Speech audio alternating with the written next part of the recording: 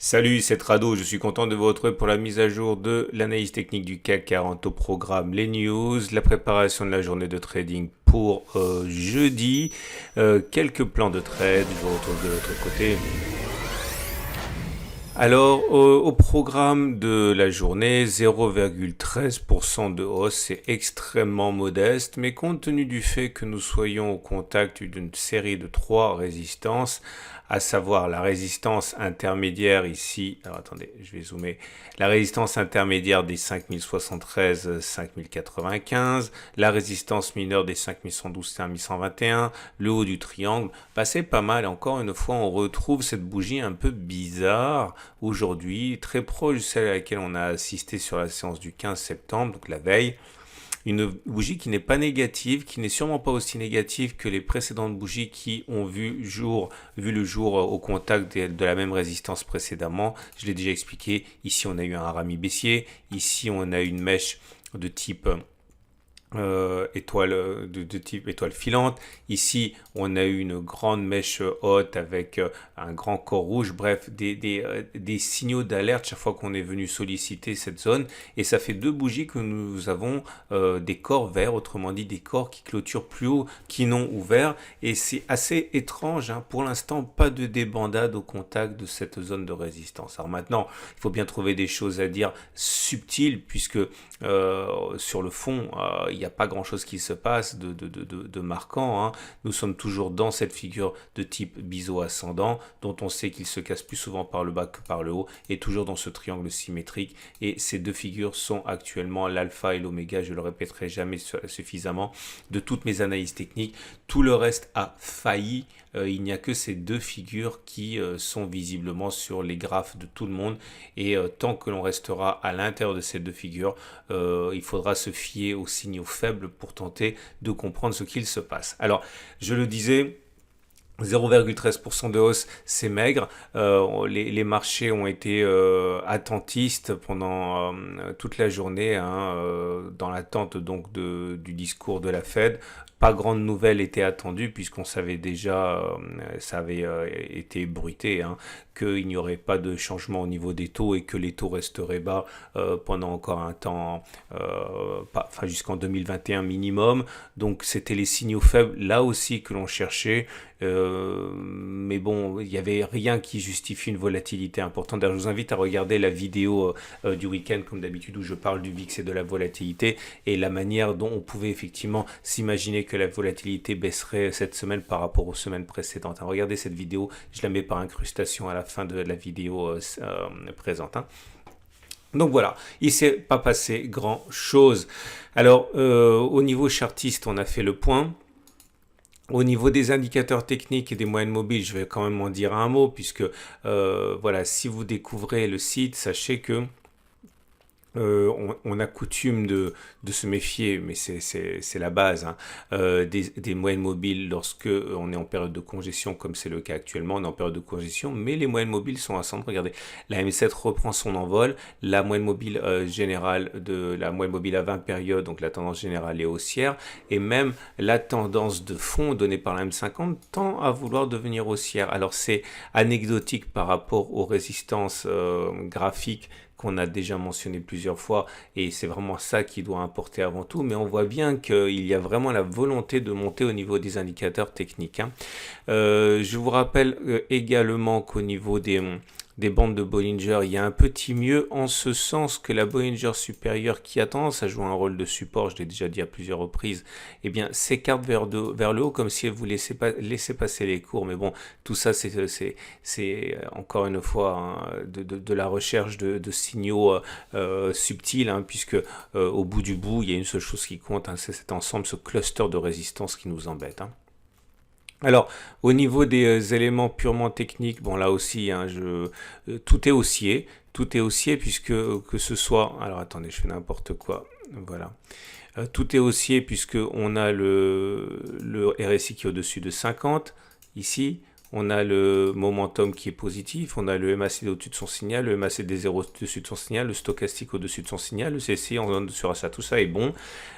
Si seulement, encore une fois, on n'avait pas ces falaises au-dessus de la tête, et comme c'est le cas, ben, on est obligé de relativiser tous les signaux techniques positifs auxquels on assiste. Alors, je vous avouerai que je commence vraiment, vraiment, vraiment à souffrir pour vous trouver des backtests qui ne vous fassent pas perdre votre temps et qui vous apportent une plus-value. Et j'ai souffert, mais j'ai trouvé un backtest qui peut être intéressant pour vous dans ce contexte où il ne se passe pas grand-chose.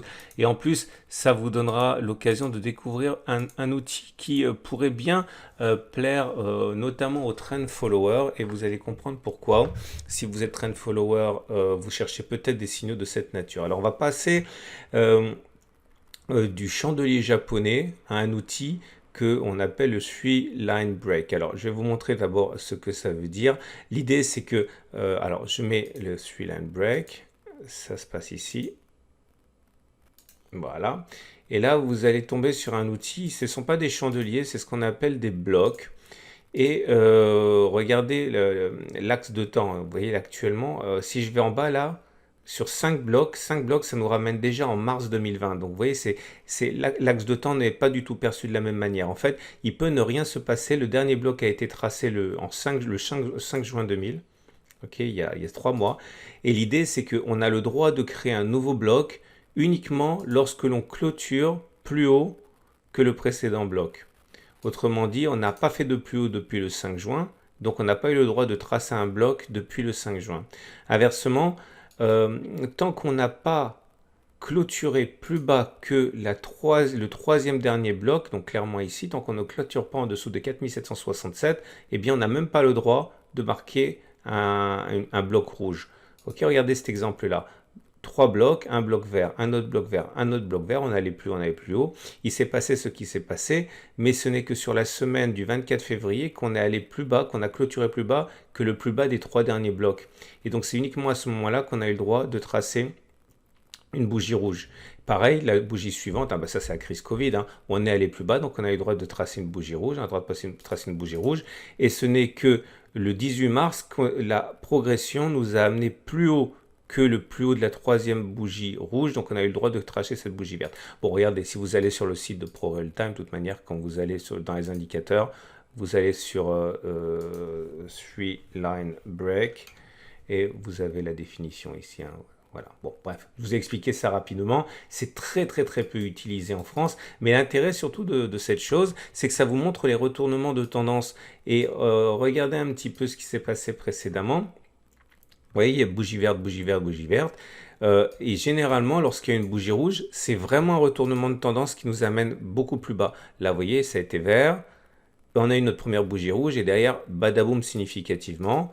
Badaboum significativement, badaboum significativement, et badaboum significativement, etc., etc. Attention, je ne suis pas en train de dire que ça fonctionne à tous les coups. Parfois, vous avez une seule bougie rouge, ok, comme ici, donc c'est ça, une simple consolidation sans que rien ne soit produit, mais comme vous pouvez le voir, ce n'est pas le cas le plus fréquent. Ce que je suis en train de vous dire, c'est que tant qu'on n'a pas de bougie rouge, et malgré le triangle énorme dans lequel nous évoluons, eh bien, on est dans une situation où rien n'est remis en cause en termes de tendance, ok.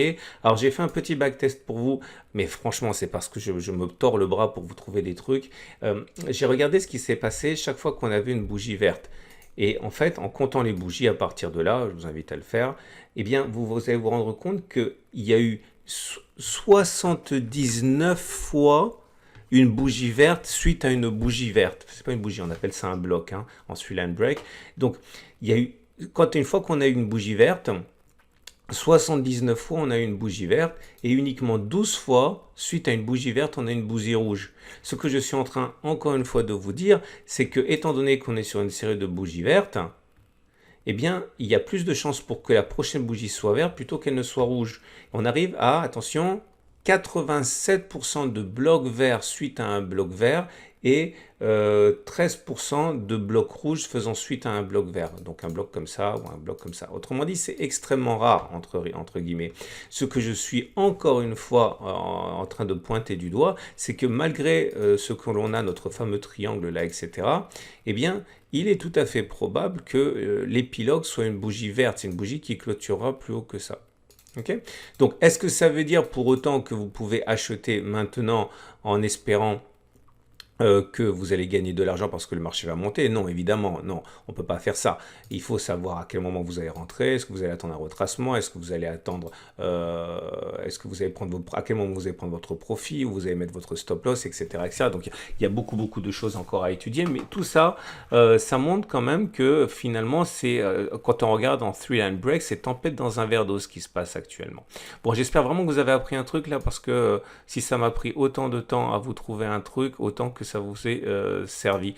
Et j'aimerais vraiment qu'on sorte de ce triangle parce que j'ai de moins en moins d'idées. Hein. Donc, ce qui nous amène, je reviens du coup sur mes chandeliers. Et en chandelier, donc c'est pas du three line break. Si vous voulez la même plateforme que moi, oui, parce que ça évidemment toutes les plateformes ne le font pas, hein, ça faut une bonne plateforme. Si vous voulez une bonne plateforme, vous avez ProRealTime, vous avez le lien juste en dessous de la vidéo et c'est gratuit. Hein. Alors, nous avons donc maintenant les éléments de type Ishimoku. Alors l'Ishimoku, ben rien, hein, c'est toujours neutre. Vous voyez, le nuage il twist, il retwist, il dérive à plat.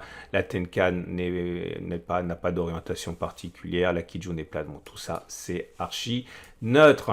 Et on se retrouve donc avec les trades possibles. Alors, vous le savez, bon, on va commencer, si vous voulez, par exemple, avec le three line break. Si vous avez un biais qui est haussier, ce que vous pouvez faire, donc du coup, je reviens sur mon three line break, là. Vous pouvez dire, ok, je vais backtester et je constate que suite à une bougie verte, il est plus probable, beaucoup plus probable qu'on a une bougie verte plutôt qu'une bougie rouge.